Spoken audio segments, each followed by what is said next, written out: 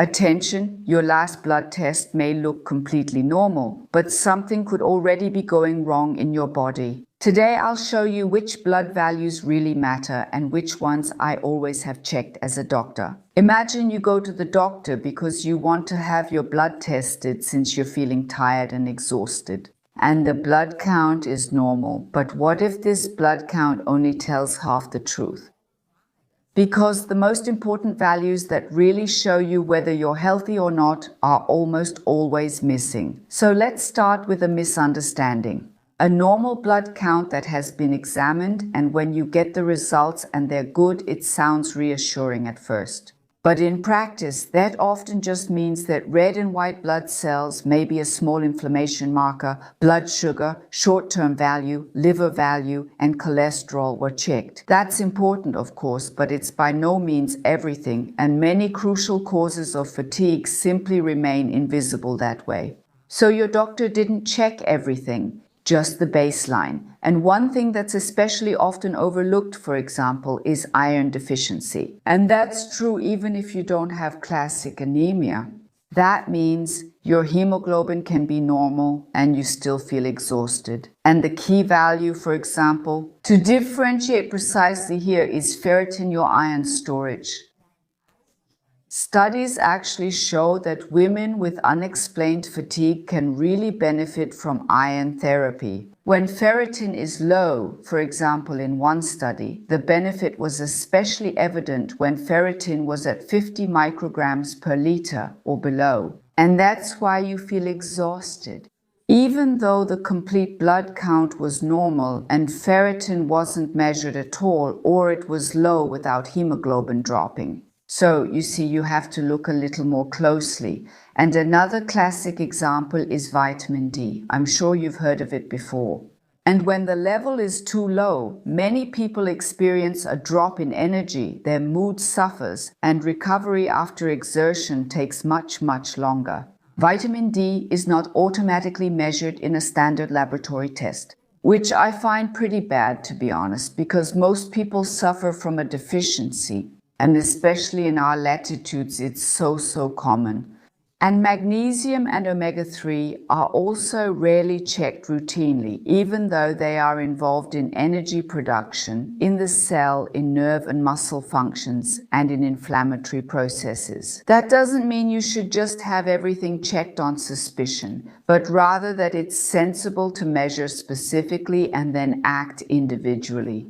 And the thyroid is also very important. Many affected people don't have a pronounced underactive thyroid, but functionally, they're still not within the normal range.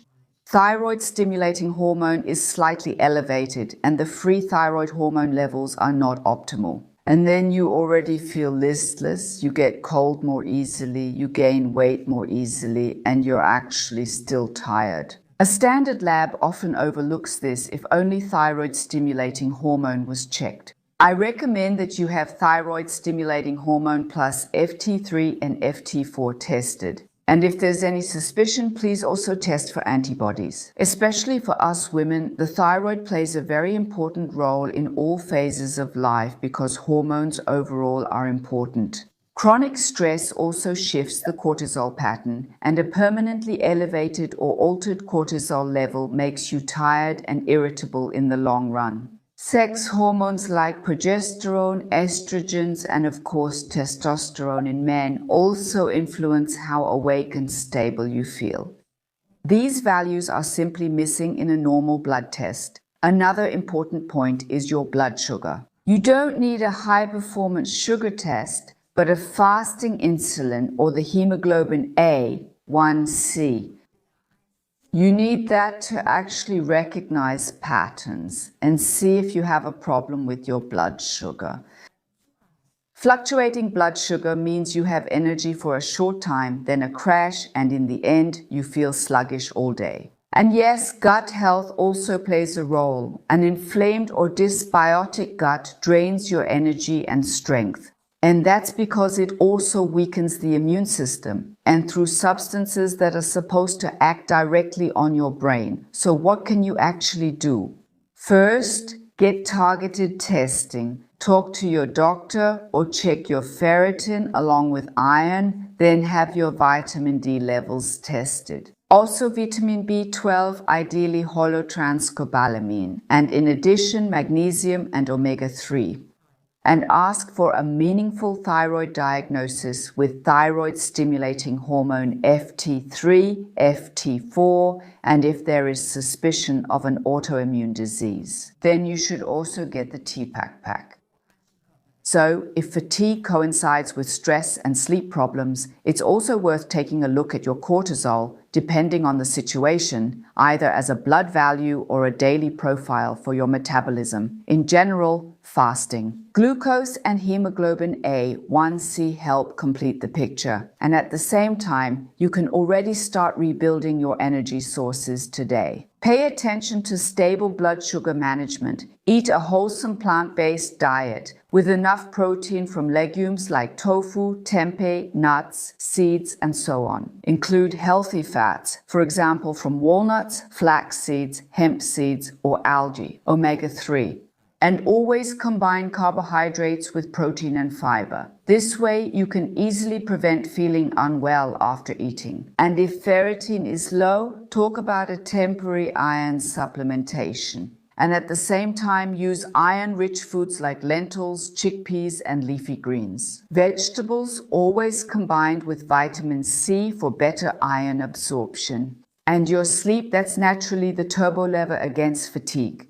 Just 15 minutes of blue light in the evening from your smartphone, tablet, or laptop can switch off melatonin, reduce its release, push your internal clock back, and make you feel groggy the next morning. And that's exactly what a controlled study has shown.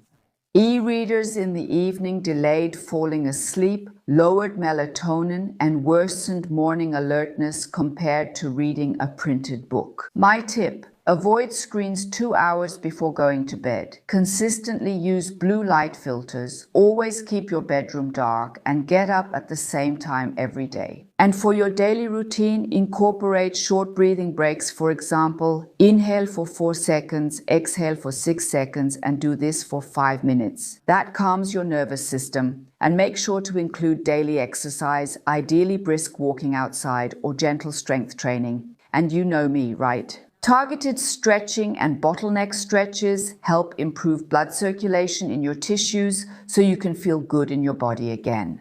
And for your gut, focus on plenty of fiber, bitter substances from arugula, chicory, or artichokes, and fermented foods like sauerkraut or unsweetened soy yogurt. And that actually strengthens your microbiome and in turn your energy. And if you're wondering now, do I have to do all of this at once? No, just start with whatever you think is easiest for you. Have your missing values checked and, for example, start tonight with a sleep-friendly routine. And put your meals together in a way that they don't send you on a roller coaster anymore. Many of my patients have told me that after just a few weeks, they experience more mental clarity and more consistent energy. Simply because the real causes became visible and they were able to take targeted action. If you enjoyed this video, share it with someone who has the same problems. They will definitely thank you for it.